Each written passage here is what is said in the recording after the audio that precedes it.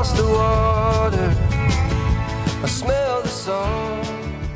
All right, it is the Built by Vitality podcast, and we are back. Thank I am God back. You're back. Yeah, I took a week off. I was stressed. I left Philip in charge, and I got a text as soon as the podcast was over, and he was ready for me to be back on the show. Man. So I get a lot of heat. You know, I get made fun of a lot for being long-winded. Philip makes fun of me. You know, a lot of people that listen make fun of me. Well, guess what? I don't make fun of you. Yeah, you do. You don't stick up for me. I appreciate it. Yep. And today is a big day. Yes, it is. On today's episode, we are wrapping up the February No Social Challenge. Because as you listen to this today, it is the final day of February. Mm-hmm. So we're going to talk a little bit about what we what we experienced, what we thought about it.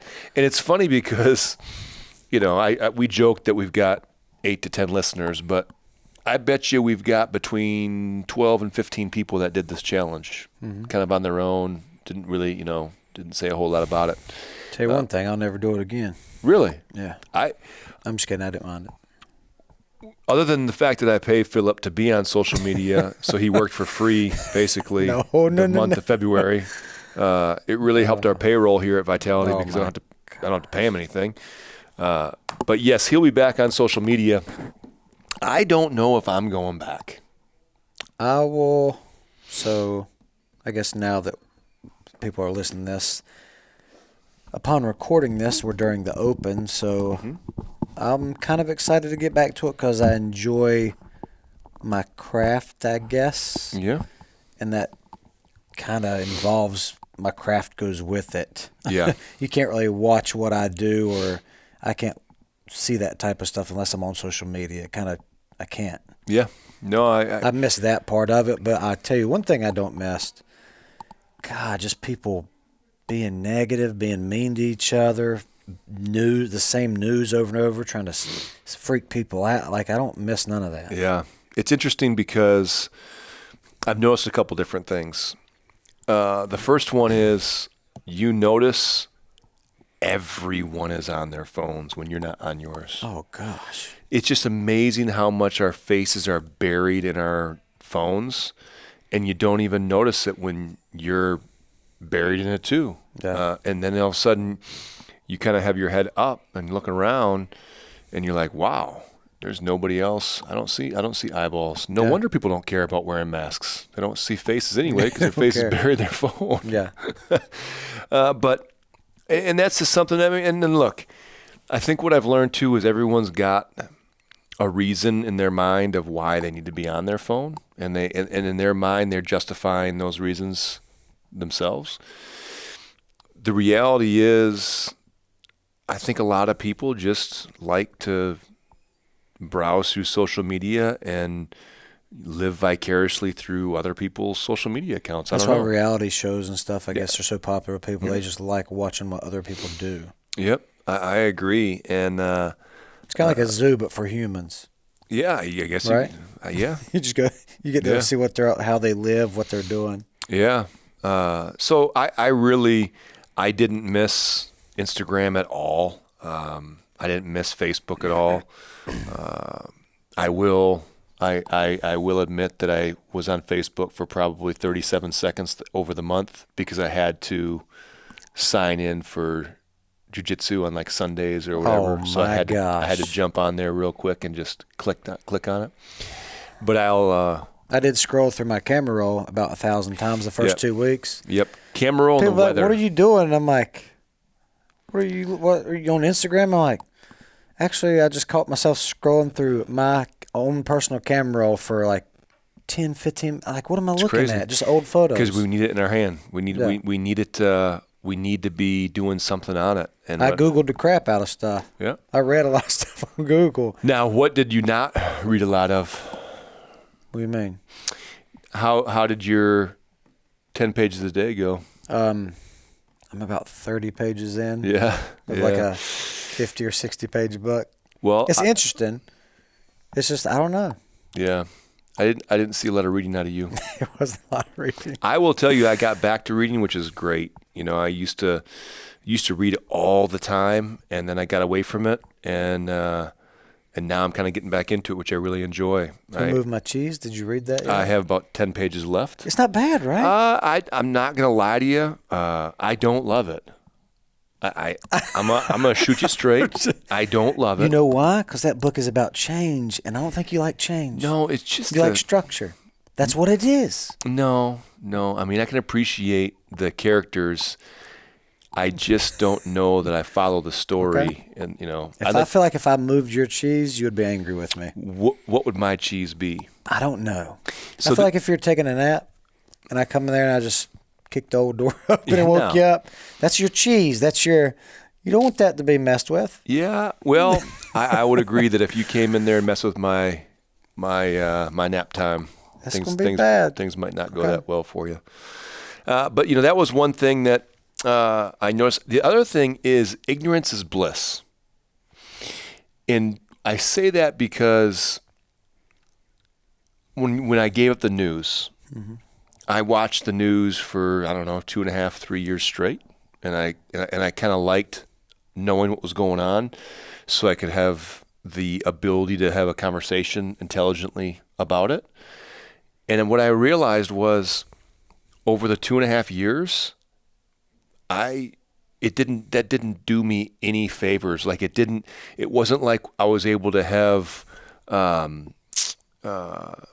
debates with people and gain any traction or headway on what I thought, what I believed in. It made no difference how much news I watched. It just put me in a bad mood every day. Yep. It made me angry at everything.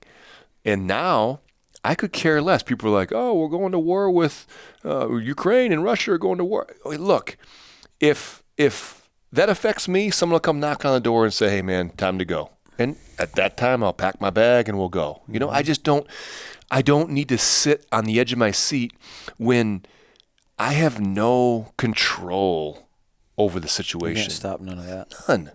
What am I going to put a quick call into the old Putin and be like, "Hey, man, here, let's just chill out. Why don't you, Nice. stop being a bully?" No one cares what I think. So it's just one of those things where I could invest my time and my resources into it, but why? What do I get out of it? What's my return? And everyone's so obsessed with the ROI. You know, everybody wants to, they want to invest into all these different things, crypto and whatever it might be. But yet they're wasting their time on something that has zero return, which is news and politics. So I will not watch that. I don't think I'll get back to the news. I don't think that it really makes a difference. If I do, maybe I don't know, maybe I'll go back. I had a paper delivered by Andy Williamson a couple weeks, and it's been kind of interesting to have a hard paper to look at, newspaper. But that's that was my. I didn't have a lot of heartburn with the news, and I find myself on my phone a fraction of what I was before. Your screen time was down like 96%. Oh, that's a lot. It's ridiculous, and think about that. Think about the amount of time that you gain by giving that up. I mean, it's really remarkable when you look at the number of hours a week that turn into how much a month. You're talking 3-4 hours a week times 4 weeks. You're talking 16 hours in a month. I mean, what can you do with 16 hours of additional time? Get more sleep. I mean, whatever. I mean, it's unbelievable. So, it was interesting. I wish there was a way that, because it's funny because I hear a lot of people talk about social media with kids, and I'm 100% on board with that. But what is the end game for these teenage kids right now?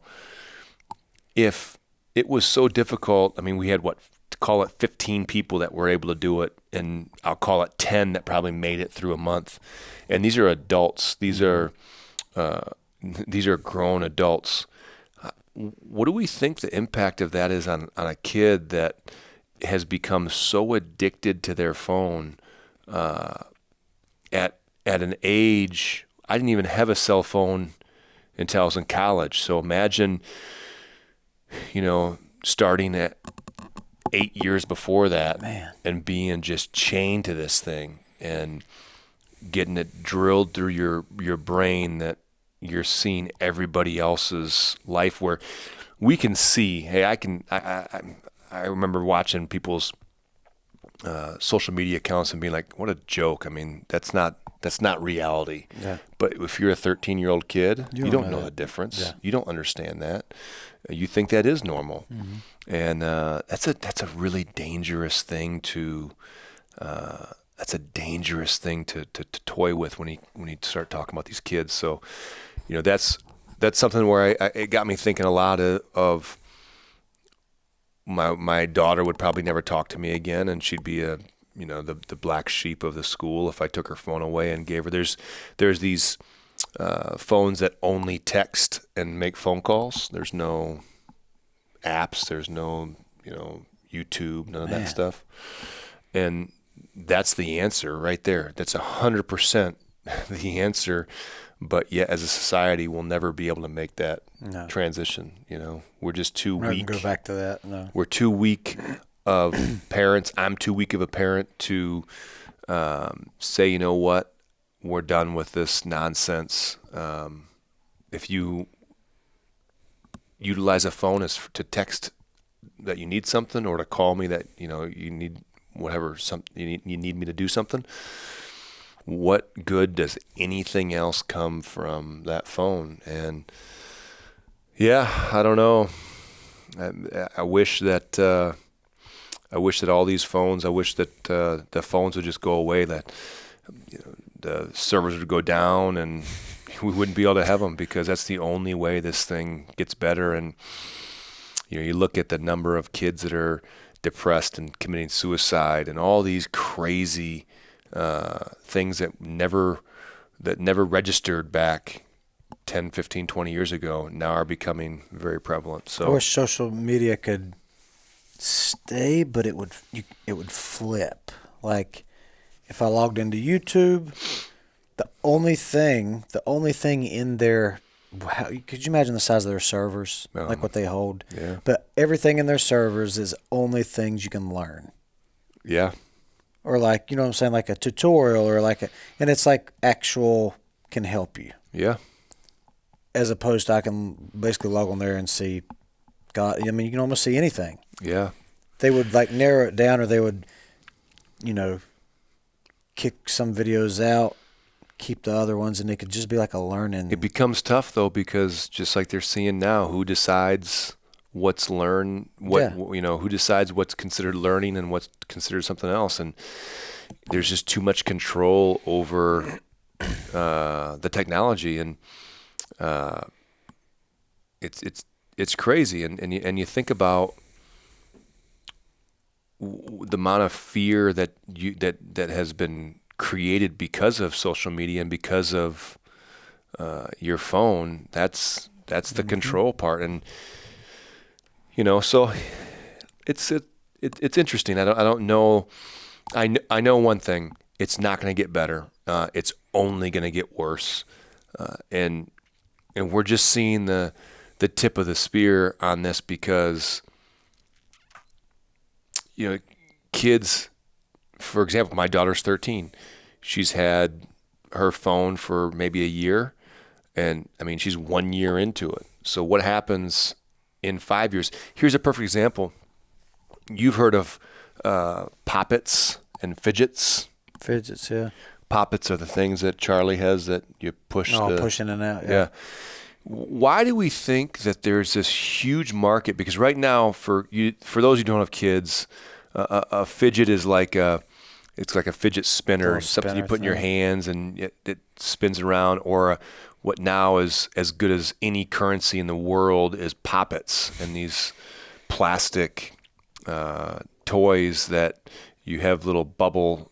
Think of like bubble wrap, and you just push can the redo it every time. push the bubble through one side and you flip it over to the other side. It just keeps your hands busy. I mean, what in the world are we doing that our kids now need something in their hands at all times, and it's even called a fidget? I mean, am I the only one that sees the danger in the fact that we're programming our kids to must have something in their hands at all times because they're just bored if they're not? I mean, I'm not saying all the time when I was growing up like that, you didn't have that. Well, no, I mean, I'm not saying you got to go back into the 1980s when Yeah. we'd drive to Arkansas and there'd be, I mean, you're just sitting in the back seat with your brother and Yeah. you're not there. There's don't nothing. talk or nothing, You're yeah. looking out the window. Yeah. I'm not saying we got to go back to that, The wonder years. but I'm just saying, there's something to be said about being able to entertain yourself. I just, there is none of that going on right now. And the battle that I have in my household right now is, it's like if you let your kids on their tablets, it's quiet. Oh, yeah. No one's fighting. There's nothing. I mean, it's sweet freedom. Take as it soon as away. you take them away Oh. and make them go play outside or play with each other or whatever, it's like the seventh circle of hell gets opened up in our house, and you're just trying to, play center field and trying to keep people from, beating each other up. And obviously there's a lot of people that are just that say, screw it. I just want peace and quiet. Go sit in your iPad and Just take your that's the phone and babysitter. leave it. Yeah. And so They could be a bad babysitter too. Yeah. The stuff they're looking at. Yeah. I don't even know. Charlie, gosh, I go through and look at her search history every once in a while, and it's nothing like crazy bad, but it was like midget couples, like midget marriages. She was watching two midgets getting married. It was That's the best thing ever. I don't know what to tell Charlie you. was looking it up. She's looking it up, like watching them get married. And, she was trying to ask me questions about There's like, shows about that on TV now. I understand that. So Philip. she probably seen a commercial or something. Yeah. So I mean, and again, like it's innocent now, but you can find anything on the internet, and so I don't know. I mean, it's just the beginning, and it's tough because I can see the wheels coming off the tracks. Like I know how this story's going to end, and I just can't stop it from happening. I cannot stop it. I wish on her iPad or whatever that was, where you're looking at her search history, I wish there was like, you didn't know it, but your face was being recorded through the device, like a point of view kind of thing. Yeah. And when you seen what she was looking up, I just love to see your face and just freeze frame that as our thumbnail. It's wild. And when you look at these tablets and what they're capable of doing, it's just gonna take over their lives more and more, and you're gonna be limited with what these kids are capable of handling based on their interactions and what interactions. There's a lot of weird kids out there because they're socially weird and awkward because they don't get away from their phone or their tablet for 10 hours a day or 12 It's like my hours a day. niece, if she stays with my mom and dad, I guess because we've gotten older, you see these things. I probably did the same when I was younger. Like, she'll go stay with them. I'm going to go stay with my mom and papa, like whatever. And then she's got to have her PlayStation with her and her iPad. So if you do that at your house, PlayStation, iPad, and that's mainly what you're on, what'd you do when you went to you stayed on the PlayStation, iPad? You just literally slept and used the bathroom in a different house. What was the experience? There was no different experience. Yeah. I don't understand. Yeah. I don't know. I really don't. I know that I think about it a lot, and there's just not a lot of good answers out there. I remember trying to decide when we were going to give Reagan a phone, and to me, every There was no good time. There was no. But here's the other thing, and you can sit here and say, "Oh, well, all you gotta do is, manage what they're looking at, and It's a full-time job. and have them show you, make sure that you have access to their phones or whatever."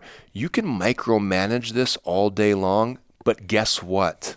They're 10 times smarter than we are when it comes to technology, and they're going to be out of the house before we know it, and they're going to be on their own. So you can put your thumb on them all you want, and I won't get into some of this, but I watched what happened to kids that came from like a really strong, we'll use the Catholic school background when they got to college, and you can use your imagination of how that went, because they had been micromanaged every second of their life until they got away. Mm-hmm. And when they got away, they wanted to rebel, and they wanted to do whatever they want. They've a lot of different experienced things. it. Yes. Yeah. And so that's not the answer. The answer, in my opinion, is not to become this overbearing, crazy person that every time they come in the house, you're looking at their phone and grabbing their phone, because what you're going to teach them is you're going to teach them to evolve how smart they are and how they can hide whatever it is they're going to hide. Because the reality is, man, peer pressure and not wanting to be the one around their friends that doesn't have access to things, they're going to find a way to have what their friends have. And that's what's going to happen. So anyway. That tells you how popular YouTube, or not YouTube, but social media in general, how popular it is and how big of a thing it is. People do it full time. Yeah. And that's their full-time job. They get paid to social media, like, be on there and video themselves. That's one of the most dangerous things I can think of is... That's your career. That's what you want to be when you grow up. Growing up thinking that you're going to, make millions of dollars by posting videos online, and just because you're watching someone else do it, it's no different than, your neighbor win the lottery. Now all of a sudden you think that that's a viable solution for a career is, I'm just going to get lucky and win the lottery, or you're going to go do, the reality is, I don't know. I don't know that the social media epidemic has anything to do with the lack of people that want to work right now. But I'll tell you this, every single person I've talked to, I talked to a guy today that's in landscape, and they can't find people to work. And I don't know, maybe there's a connection, maybe it's an obvious connection that kids would rather try and make $15-20 an hour doing YouTube videos and, TikTok posts. Instead of weed eating or something, or leaf blowing out in the sun. Yeah. So I don't know. I know that it certainly was one of the most rewarding things I've done in a long time, is just give up that nonsense. I've never done it. It's crazy. But here's the thing. I also, I always convinced myself I didn't need to do it. Yeah. I don't need to. Because I'd like to think I didn't spend a lot of time on my phone, but I did. I enjoyed the messages. I get tons of messages, whether it's usually it's Instagram messages, but I'll get Facebook messages and things like that, and I really enjoyed not clicking on it, not knowing. I mean, when I go back, I'll probably have a crap ton of messages under my thing, but just not having to. That takes a lot of time to read a message, respond, then you got all these conversations going on, whether it's your text, you probably already got a few going on. Yep. In general, people face to face, and then you've got all these other conversations in the back that are through a social media app. Yeah. And some of those are the same people. Yeah. Like, the big thing with younger kids, and my daughter does it, and drives me crazy, is, she posts a picture and then she'll respond to every single comment that is on her each Instagram one of those pictures. And I'm trying to just hammer it home, you cannot associate your self-worth to the number of comments, likes, or replies on this dumb picture. It doesn't make any sense. But they become addicted to it because their friends are like, oh, so gorgeous, so cute, so, you know, and they put all these nice things on there. Well, you start to read those things, and you start to feel good the more people that say that. Mm-hmm. Well, if they quit saying it, there you go. you're That's like, what's the wrong problem. with me? Yeah, that's the problem. So, that's just. So if y'all are wondering, you can follow Steve Pinkerton at spinkerton101 on TikTok now. TikTok, yeah. He's got a couple dances on there. Yeah. And the other thing that's interesting is you find yourself, I didn't post a ton, but you find yourself wasting a lot of time documenting things that you're actually doing. Like, it's interesting to me, like you might be doing something cool. And instead of being in the moment, like just doing something cool, you're doing something and then being like, oh, wait, I got to take a Instagram of this, and then I got to post about it. Yeah. So I did that already. This is how I want to, like I've done some photos, a couple things, like I went and got my tattoo added to or whatever. Well, I think he had told me he's going to tag me in it. So if you tag me in it by now, like it's gone. It disappears or whatever. Yeah. So I had him screen record whatever he tagged me in, that way I could share it later after the challenge. Because you're thinking ahead just for the social media. Crazy. I was like, what am I doing for that? Crazy. Who cares? Yeah. I was like, you already did it. It's crazy. Yeah. And that's the thing, man. People are so obsessed with trying to show people how great their life is or fool them into thinking that they're missing what's right there in front of them. They're just, instead of, you know, it's like the other night we're outside playing some volleyball, me and Reagan, and she's like, hey, give me your phone real quick. I said, what? She's like, oh, the sunset. I said, well, let's just watch it for a second. And she's in there trying to screw around to take the perfect filter, and I'm watching the sunset. It's like, oh, that's pretty cool. It is pretty tonight. And she finishes, and it's over. Yeah. And what she's looking at, she's looking at a stinking picture when it was right there in front of her own eyes. If that's not insanity, Philip, nothing is. Yeah. That's insane. Yeah. She wanted to show everybody else the sunset that missed it. Guess what? Everyone else can look their happy little butt up in the sky and see the same thing we're looking at. Yeah. So I don't know. I say all that to say that. What I should have worried about, instead of posting a picture of the tattoo when the challenge is up, I should have recorded myself when I had the tattoo flu at the end. Yeah, there you go. That showed the real life. Yeah. Like, oh, cool tattoo. Yeah, well, I was sick after. Yeah. Because my body was in shock. I had the chills. What'd they say? Like, the bigger sissy, the tougher, the more you go. All right, so stay tuned for the next podcast. Oh, man. Well, I'm telling you, it's good to be back. It's good to be. It was good to be missed. It was good to be missed. Did I miss you? You said you missed me. I missed you in jiu-jitsu. You know what else you said? We'll end with this. You know, I'm somebody that I don't need. I don't need people to like check on me and like, oh, do you have a fever? You okay? Oh, you're really hot. You know what I mean? I just need to. I laid down on my bed. I don't know what I had. I think I had strep throat. They gave me some antibiotic for it. Felt like I was swallowing glass for 2 days. But you know, when you don't eat or drink for 2 days and you're me, like people, you know, Jess is angry. like, I don't know, you still alive back there? Like, I'll be good.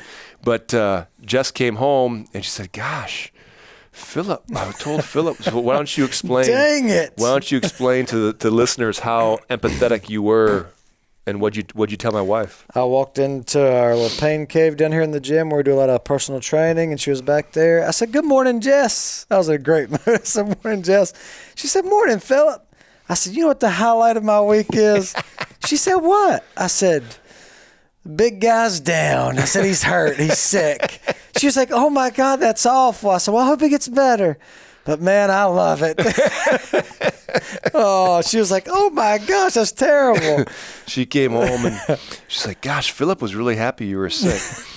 I said, yeah, I give him a hard time a lot when every he's time sick. I get sick, it's like oh, I'm making it up. I'm I just did- dramatic. But I did get out of bed the third day, and I looked at Jess and said, "Man, I'll tell you what. If this was Philip, he'd be dead right now. No. I think you'd be digging a shallow grave in my backyard." So yes, it is good to be back. We're done with the social media challenge, but that's not going to change a whole lot for me. Philip, that just means he has to go back to work now. Yes. So for those that did it, I hope you enjoyed all the additional free time. I hope you read some good books. I can promise you that 10 to 15 minutes of reading will be way more beneficial than Instagram, any news outlet, or social media. So I strongly encourage you, if you're not a big reader, to pick up that skill and that hobby. It'll be a good one for you. Oh, yeah. If you're on pace, Philip will be finishing his book by the end of the next year. If you look, it's probably about where the page I'm at in the book. It's probably about a page a day now. There you go. That's the challenge. And it probably takes about 10 minutes to read that page, so we're doing okay. I like to take it all in. Yeah. And remember the He stuff. takes notes. All right, guys, have a great rest of your day. Until next time, this is Built by Vitality Podcast.